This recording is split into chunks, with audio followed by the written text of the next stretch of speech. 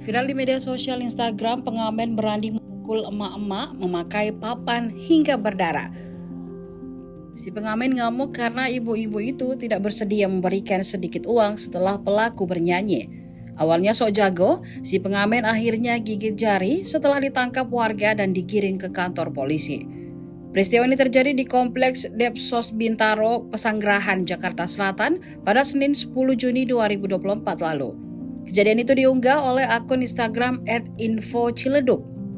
Pengamen kemudian ditangkap warga dan dibawa ke Polsek Pesanggerahan. Kapolsek Pesanggerahan Kompol Tejo Asmoro mengatakan pengamen tersebut dalam kondisi mabuk.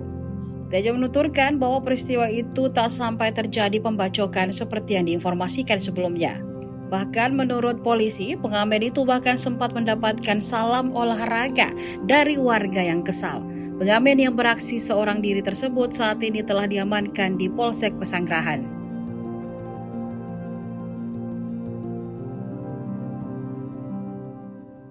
Download Tribun X sekarang, menghadirkan lokal menjadi Indonesia.